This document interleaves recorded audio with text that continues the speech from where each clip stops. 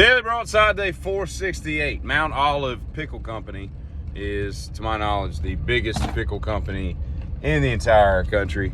And it is based in little old North Carolina. I think they have like room to hold like 80 million cucumbers or some crazy amount or like that. But just so you know, it's located on One Cucumber Boulevard. That's so stupid, you know?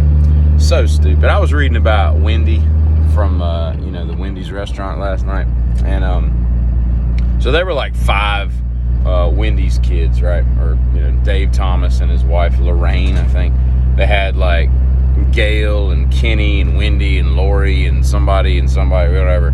You know that the other kids, Kenny's dead, rest in peace. I don't know how he died, but he's dead. He's up with his father eating square hamburgers. But you know that the other kids were like, this bitch, this redheaded bitch. And you look at her on the sign, and then you look at her in real life, man, Dave got one over. You know Dave's laying in bed because she's not an attractive girl at all. But on the sign, oh, cute little Pippi Longstocking little chick with the red hair and the freckles and blah, blah, blah. And you look at her in person, you're like, dang, girl's got a pituitary disorder, And so he's laying in bed and he's like looking at Lorraine. He's like, I want to name it Wendy's. Make it possessive. Let's make it possessive. Well, I want to name it Wendy's, but she's a little pudgy and I don't know if she's really.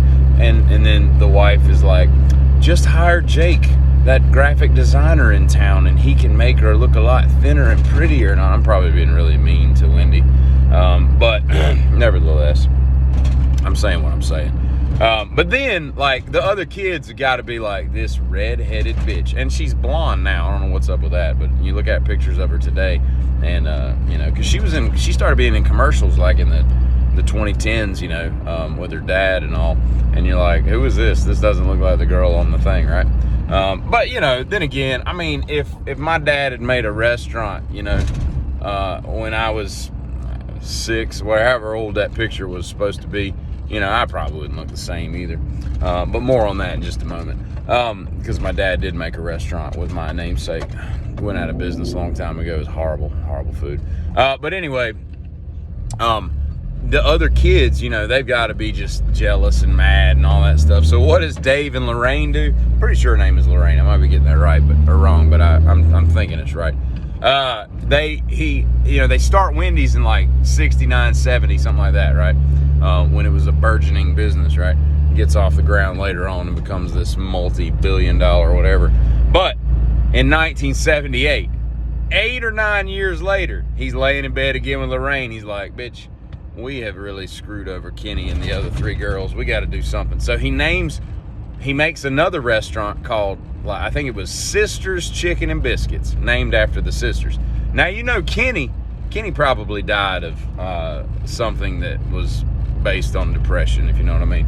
He probably got mixed in some stuff because he's like, where the hell's my restaurant? Why couldn't it be 3 sisters and a dude, But the 3 sisters are like, oh, you gave us a chicken and biscuit store 9 years after Wendy. Oh, your beloved Wendy goes and gets all this fame. Her face, they don't even look like her. Lori and the other sisters are like, that ain't even her. That's not what she looks like. She's not some cute little redhead. She's a pudgy little blonde. Look at her. Look at her, Daddy. Look at her. And Daddy's like looking at Rain like, I don't know what to say. They're not wrong, But then Kenny dies. Kenny never gets a namesake restaurant as far as I can tell. But ask me if I've ever heard of or eaten or known anybody in the known universe or planet Earth that has eaten at a Sisters Chicken and Biscuits. Ain't nobody eating at one of them. Don't nobody know a chicken. Let's go, it's green. Don't nobody know a Sisters Chicken and Biscuits. You know why? Because Dave just did that to appease his daughters so that they could just sleep soundly. We're going to have a restaurant too. We're going to have a restaurant. We're going to have all that. And they're singing around, ring around the posy, pocket full of rosies, whatever that song is. They got their hands interlocked and they're just going around the maypole. Everybody's all excited. Meanwhile, Wendy's over there like, all right, y'all have your chicken and biscuits. Ain't got no square burgers, that's what I know. Y'all got Frosty? No, y'all ain't got no Frosty? Okay. All right, and remember the apple dumplings that Wendy's had in the 80s? Man, they were good. It was like an entire apple. Like they cored an entire apple and peeled it and then baked it in some kind of light, fluffy pastry crust. What's a puff pastry kind of thing? A light, airy, little crusty pastry thing. And then drizzled it in some kind of crazy, like, diabetes, like, apple cinnamon sugar sauce stuff, you know. And you could just, oh, it was so good, man. Look at everybody waiting to get their hair cut. Dude's got 14 customers the minute he opens the dang door. People love to get their hair cut. I need to get my hair cut, you know what I'm saying? But anyway, so nobody ever remembers these, but they were so good, and then they discontinued it. You remember when Wendy's had a buffet? They went for like a spaghetti buffet at one point in like the early 90s.